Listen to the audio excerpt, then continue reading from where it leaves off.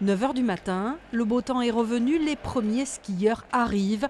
Gourette ouvre la moitié de ses pistes. En ce début du mois de janvier, les classes de neige sont la première clientèle de la station. Sur l'espace débutant, les moniteurs dispensent leurs cours. Ils sont tous des travailleurs indépendants qui ont besoin du domaine skiable pour vivre. Son ouverture est donc primordiale dans les prochains jours. On a des cours qui sont réservés, des classes de neige.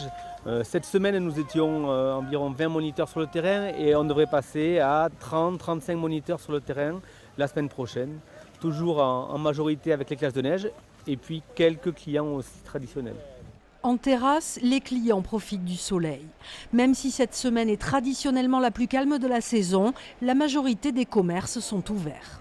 Il y a un peu de touristes et puis il y a un peu de gens où il y a des enfants qui sont en bas âge donc ils ne vont pas à l'école, ils en profitent parce que c'est moins cher pour venir en profiter pour s'il y a un peu de soleil. Il faut rester ouvert parce que si on est fermé, après automatiquement c'est du bouche à oreille et si on est fermé, les gens disent que c'est fermé, ils ne reviennent plus. Le domaine skiable de Gourette compte 140 salariés, de la billetterie aux remontées mécaniques en passant par les pisteurs et la restauration d'altitude, une économie pour toute la vallée d'Ossau. On a quand même un tissu économique à préserver avec des classes de neige qui viennent, des clubs, des écoles élémentaires aussi. Donc c'est vrai que c'est important de rester quand même ouvert, même si on est en domaine réduit. Ouais. Un domaine qui pourrait ouvrir plus largement. La neige puis le froid s'invitent ce week-end. De quoi envisager les prochaines semaines plus sereinement.